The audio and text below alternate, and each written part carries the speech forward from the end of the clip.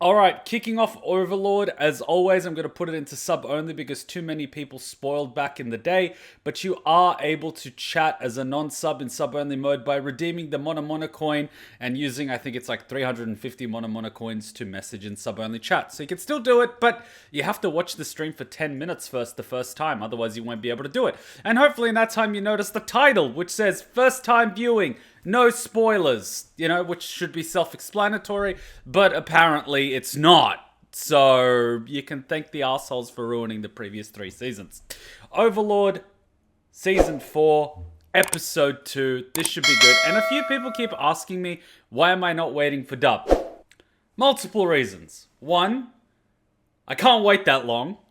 It's pretty much a big one. And secondly, the sub ain't so bad. I get what you mean. I like the dub too. But nothing's stopping you from watching the dub after watching the sub. And 3, if I don't watch it, I risk getting spoiled, which would ruin it for everybody, including myself. So it's just safer to watch it in sub. Alright, let's do this. I get subtitles, right?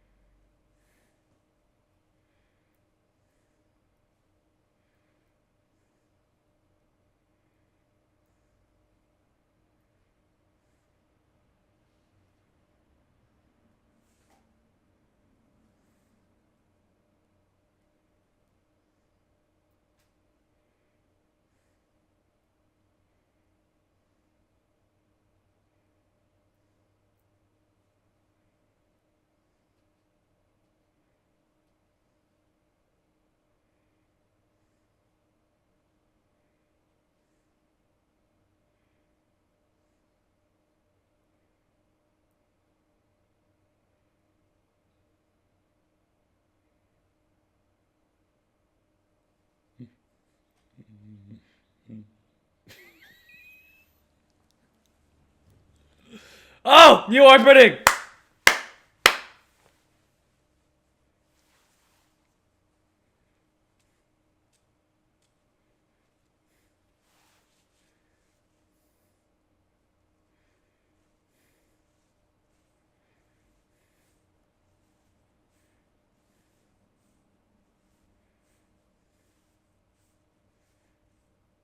Furries? Bunny rabbits. And dragons.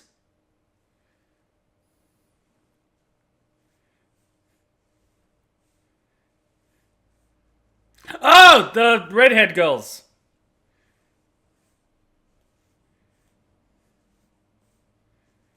He's a big boy.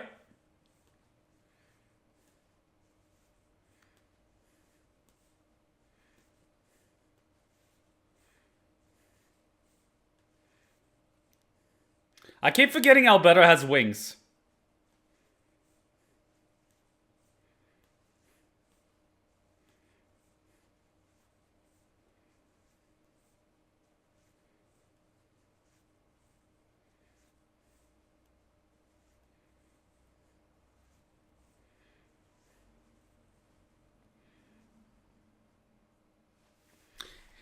And while we're on that topic, a few people keep commenting, like 1 or 2 people, probably because they don't read my responses to other comments on the YouTube channel by anything. But I forget his name, Pandora's actor. They keep telling me, and I've probably answered this a million times, so this is going to be the final time I do it, and I'm just going to start ignoring all the other comments that mention it. And they keep telling me that he is not a Nazi. Yes, I know. And that he is inspired by the SA. Yes, I know. And that he does not actually follow the Nazi ideology. Yes, I know. And that he was actually programmed by Ainz himself. Yes, I know. But I'm still gonna make fun of him every single time he raises his hand like this when he enters a room. Because it's funny. Now that we've gotten that out of the way, let's continue.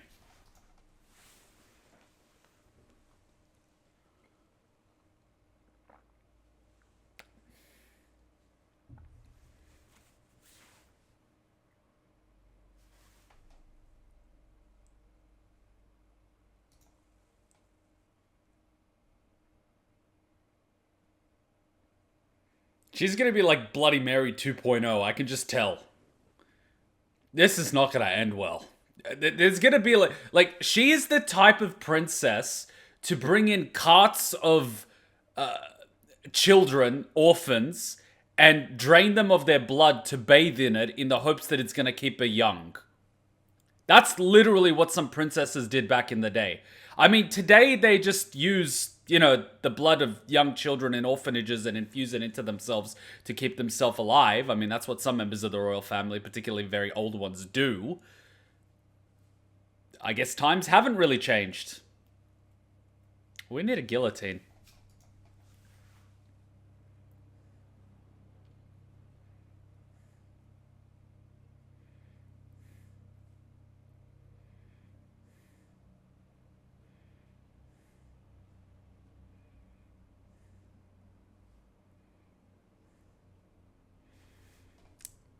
Is she gonna like run over someone on the way out, like Kylie Jenner?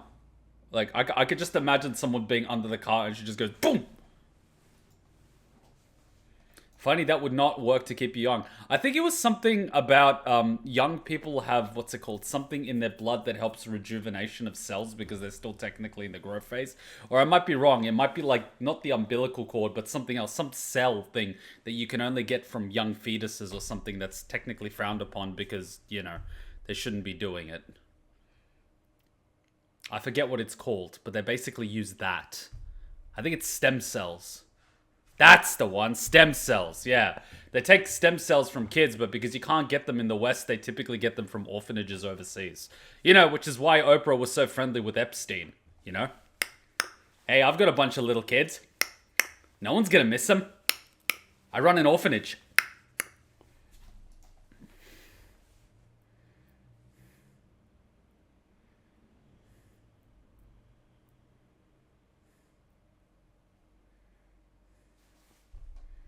What are you planning to do? Like sacrifice them to Satan? Are you planning to eat them alive? Shut up, Cheeky!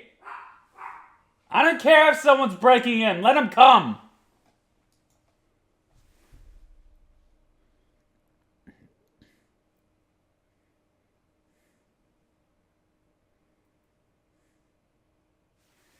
When she says save the weak, she means save them for later.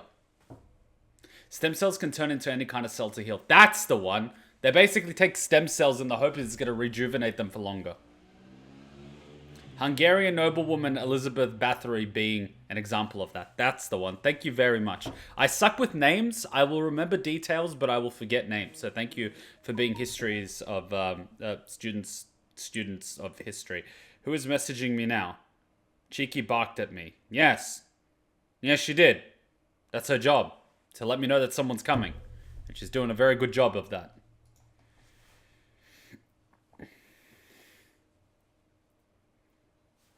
Sorry, what the fuck was that?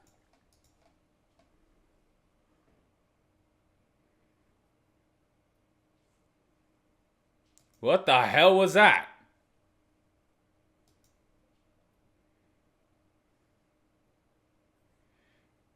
I think he knows something's up.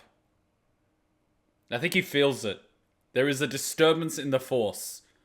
And it's not the boner that he has.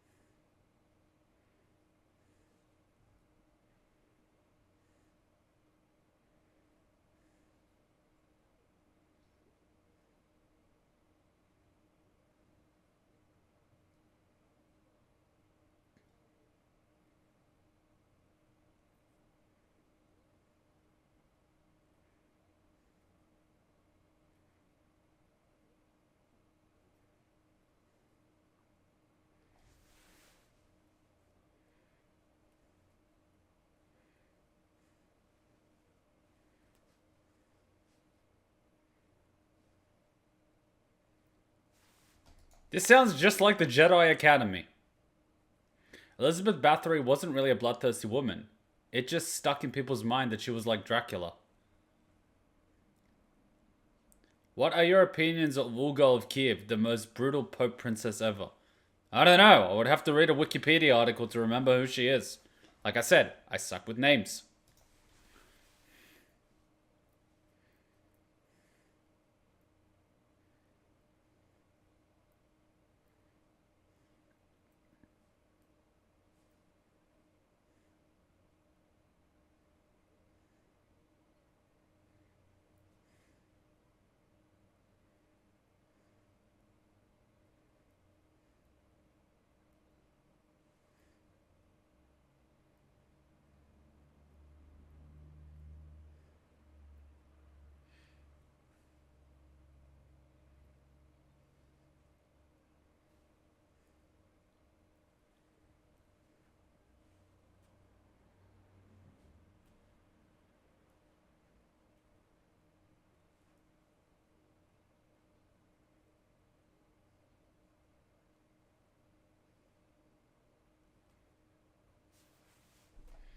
She says this while she has her hand on his thigh.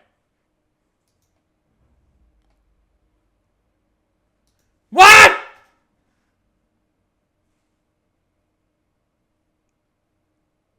I mean, I'm gonna use this as the thumbnail, but like, what?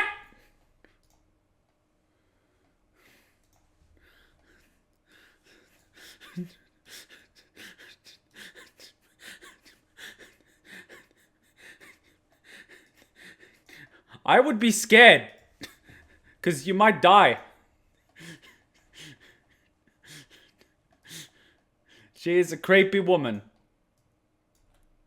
I'm gonna call this Sleep With Me.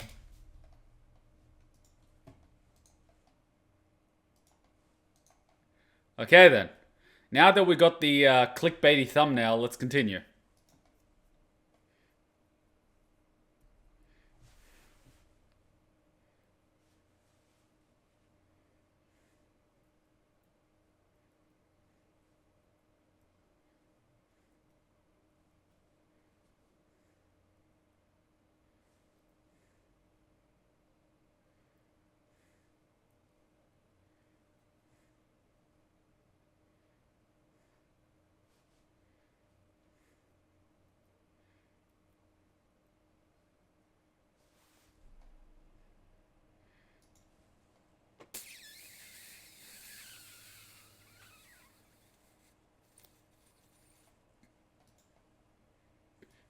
So what was going on? The stories were created by Elizabeth by nobles who didn't want her in a high position.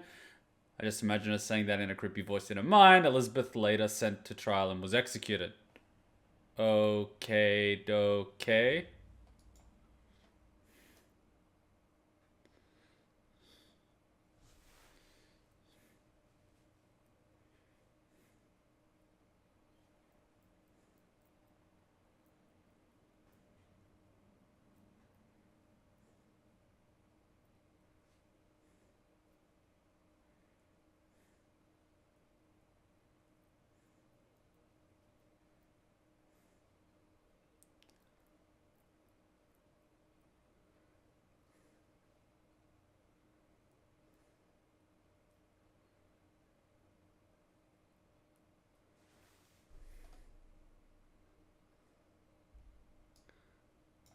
She is simping hard.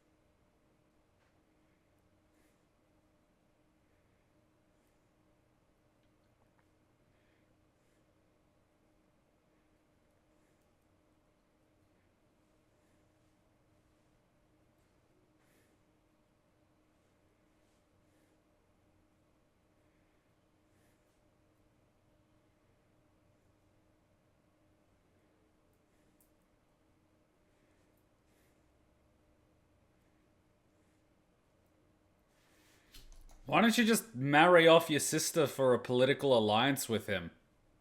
I mean, that's what people used to do back in the day. Marry people off for political alliances. Because typically you would send out the daughters to forge alliances with other kingdoms, whereas you keep your sons for thrones. You know what I mean?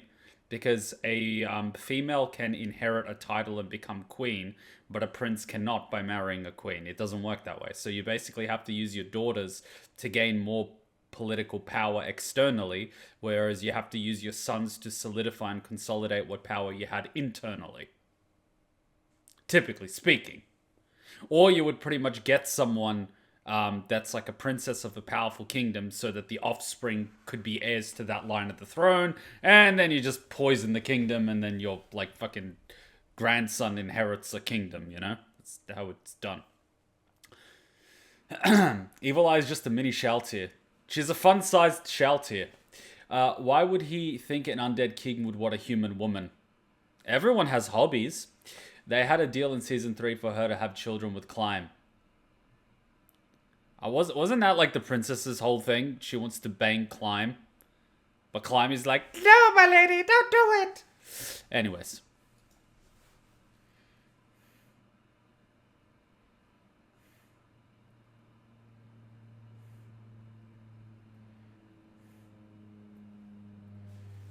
I'm surprised the prince does any walking. Look at that belly.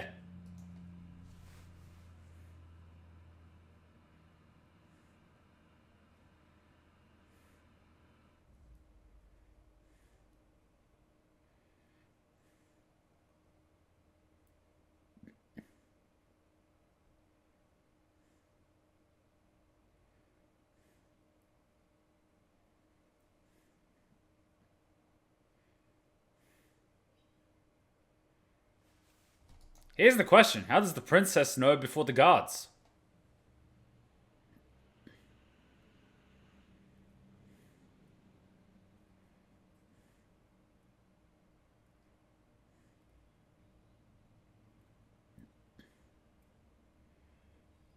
Why do I feel like she wants a lot more than a little area in the middle of fucking nowhere?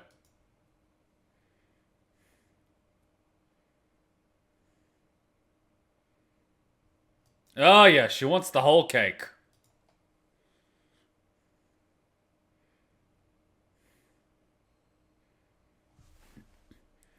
I swear I've seen that technique in Elden Ring.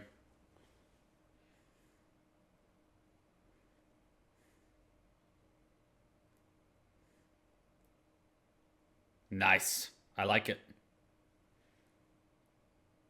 Damn, this guy doesn't blink, does he?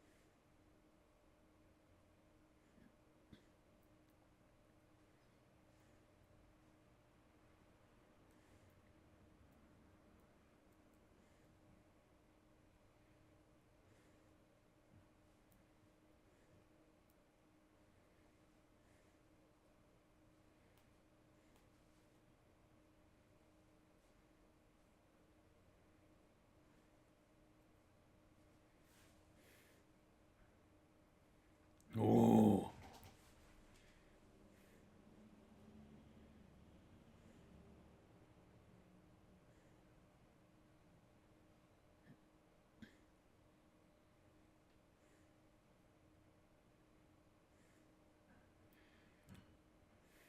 This is just showing off. But the real question is, why are they all like that outside on horseback in front of the walls? Wouldn't it just be a lot better for them to line up as a welcome rather than appearing as if they're, lined up. Like, what the F? I don't understand the purpose.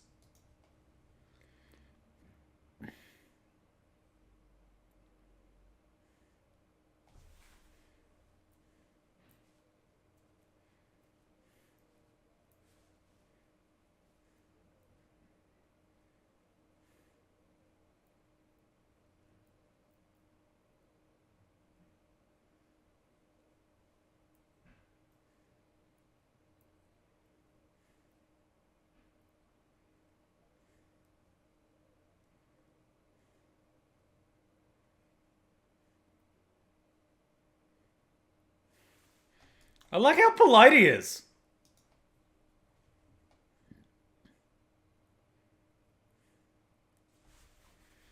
I wonder who it's going to be. Is it going to be Albedo? Is it going to be Shaltir? Or is it going to be Hamsky? Or is it going to be the little fucking penguin? I wonder. Imagine if they send the fucking penguin. Is it going to be the penguin?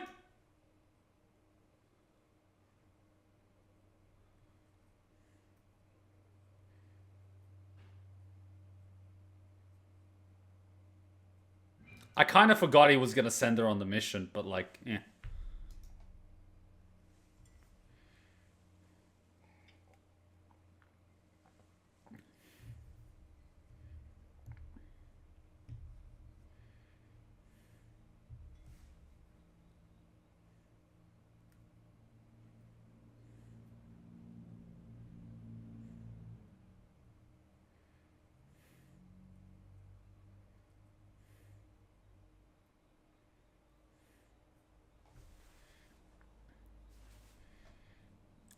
I never like these types of things because it's just these rich people circle jerking each other and scheming.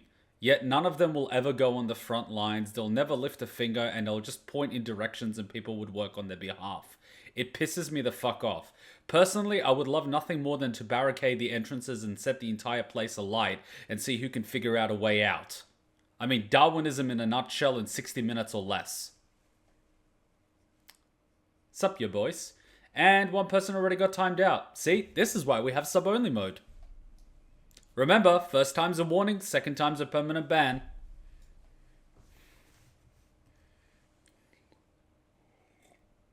Why does she have a floating ball? Is she going to play with that ball in order to assert dominance?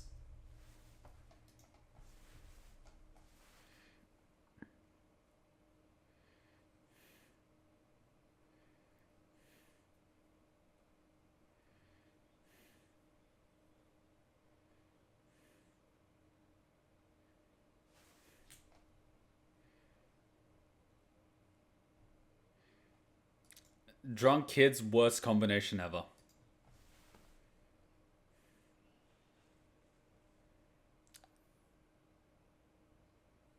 What is he doing?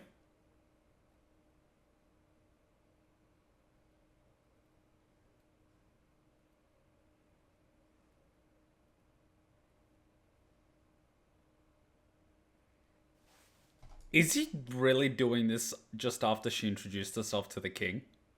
I mean, I'm all for high risk, high reward, but what is he gonna ask? You know what I mean? Like, you need a little bit of a game plan. I mean, I respect the stupidity, but liquid courage only takes you so far, son.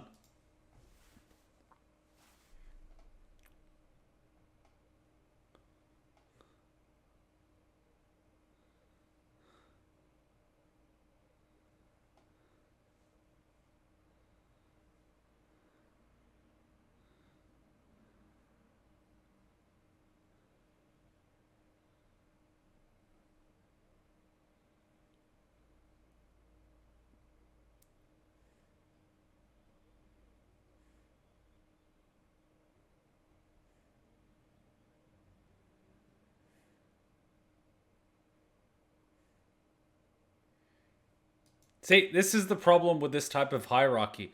Infighting kills more people than the external. Because what's the quickest way to ascend?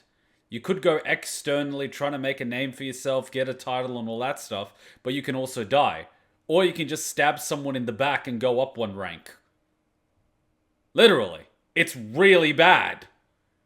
That's why it all came tumbling down. Everyone kept killing each other. Brothers, sisters, fathers, sons, bastards. And then they just started fucking each other to consolidate power within the family like the British monarchy. And then they became so inbred. Literally, they're all hemophiliacs. Stab them with a fork and they bleed to death.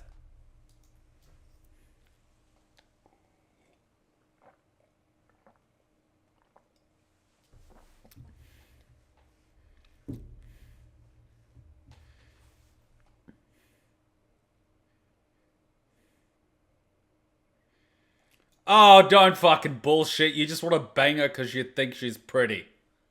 You got a thing for horns, don't you?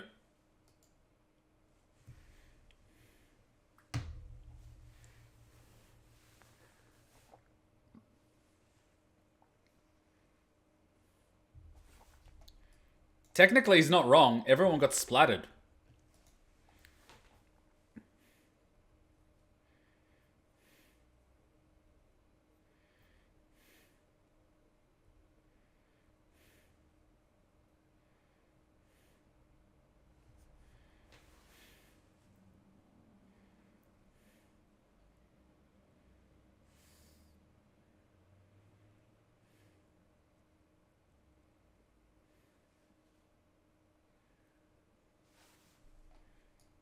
This kid has like no plan.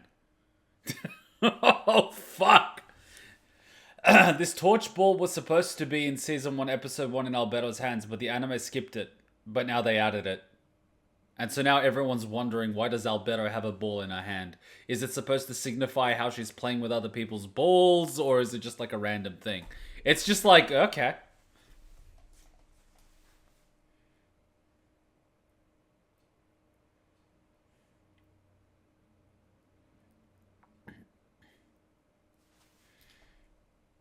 You do realize he could just level the entire capital in like 2 seconds flat, but okay.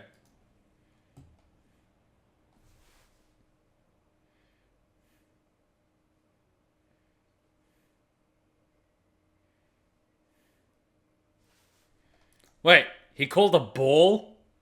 Wow.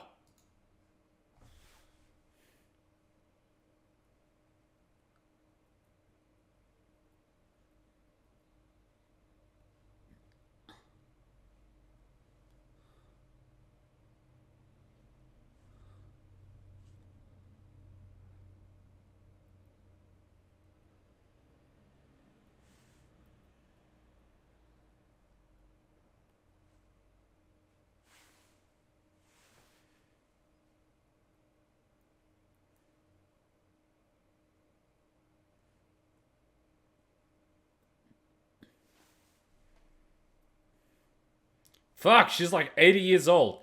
So basically, people used to build houses like this just so they could host balls. She's one of the heads of the 8 fingers from season 2. And I don't even remember what the 8 fingers are.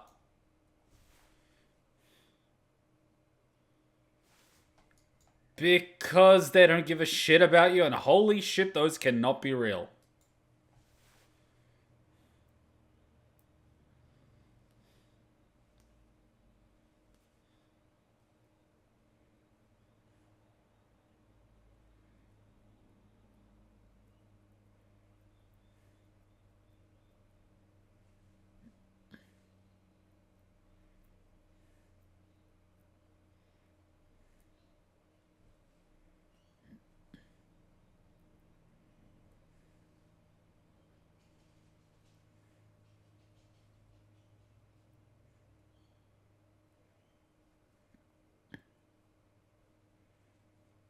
Bloody social climbers.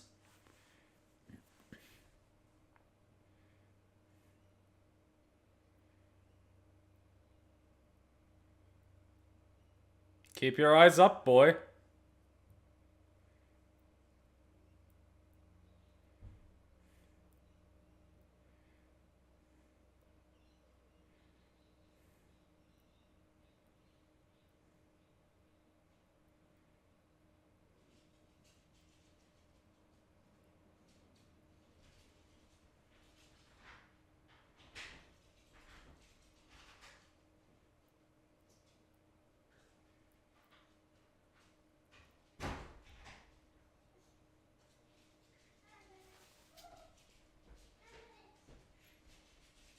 Am I the only one that's internally screaming?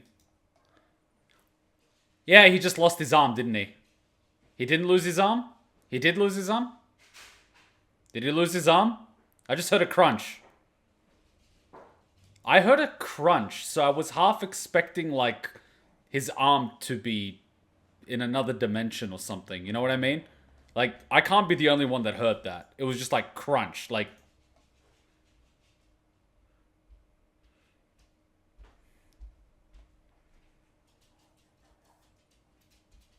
Yeah, like, see what I mean? Like, that was something. Is his arm, like, disconnected or something? Like, he did something fucked. And also, you don't grab someone by there. That's like this dumbass move. That's like, hey, hello, buddy. We're the best of friends. You gotta go a little bit lower. But you don't touch the butt. Because if you touch the butt, that's like, you know, that's not like dating. That's like, well, it is kind of dating. But it's kind of like, hey, tap that ass. You gotta go a little bit higher. But not too high. Too high is too friendly. So you gotta go like just above the butt. You know, the lower backside. Now that's where you push along. Did his arm fall off? I swear something just happened. We'll find out.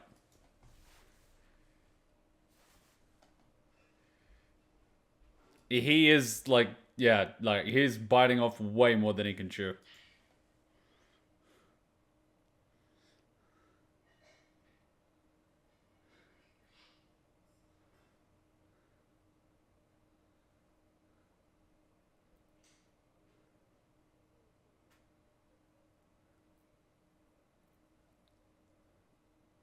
Feeding ground. Is she a vampire? And what the hell is that tattoo of the serpent? Did they even have tattoos back then? Oh god, they're all about to be eaten alive, aren't they?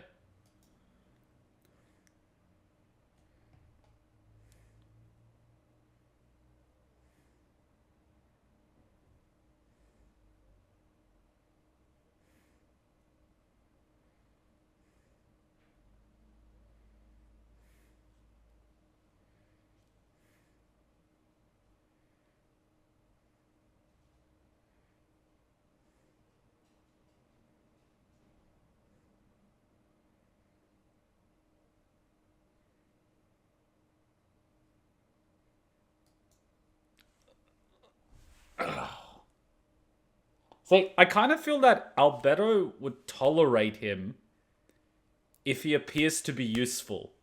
If he's, you know, like bringing people over to her side, she would tolerate his bullshit because she'd be like, eh, you know, like I don't like him, but he's useful, so I won't kill him for now, right?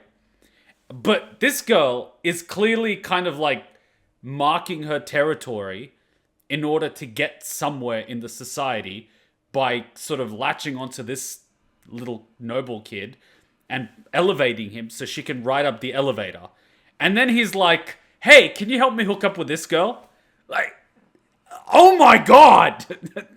See, I am not into this type of social climbing BS, but this kid has zero awareness. There is no way in hell, like, he's an idiot. He is an idiot.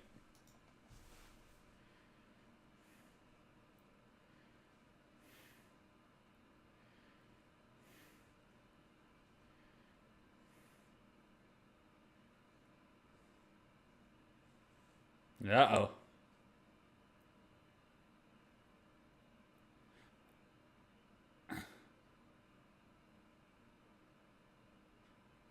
Oh, yeah. Uh-oh.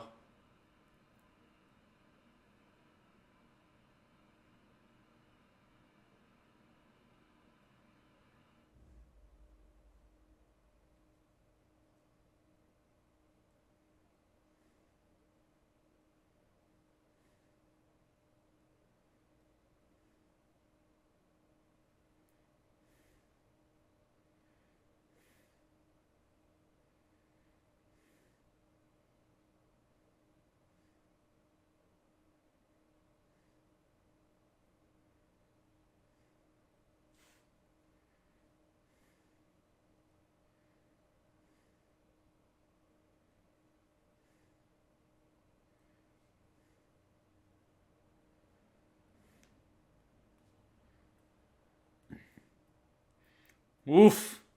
He got played. He got played.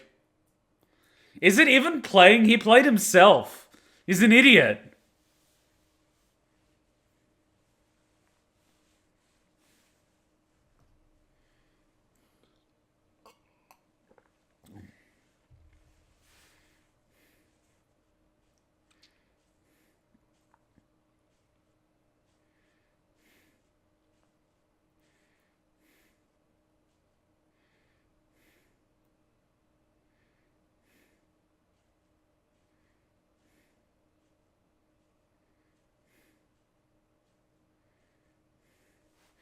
So he basically got played because a random commoner woman that has more money than his noble house offered him the use of her mansion. And he didn't, like, oh my god, even I didn't get alarm bells, but like, okay, because some commoners can be successful merchants. And so she could be the widow of a successful merchant that had a very nice house. That is possible. But, like, oh my god.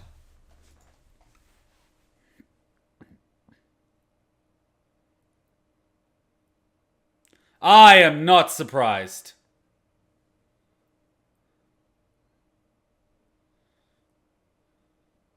I'm not surprised.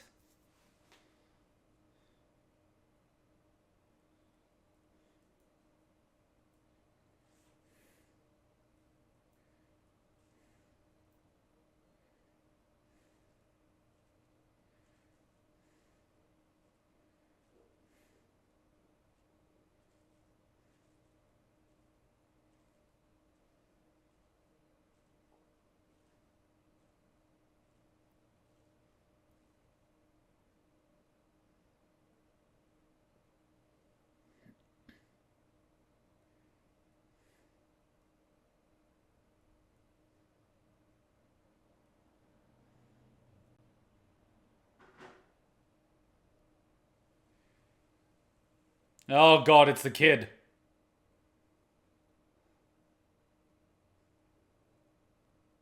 Oh yeah, she's gonna ask to be turned into a vampire or some shit. Fucking yeah, doesn't surprise me at all. Does not surprise me at all. Let me guess, she's packing up the orphans and giving them as a sacrifice to fucking Albedo and Cockroach Man on the 13th floor. Jesus Christ. See, this is why I don't trust blonde girls. God damn it, man. It's shit. Oh god, you're under a meeting. Fuck!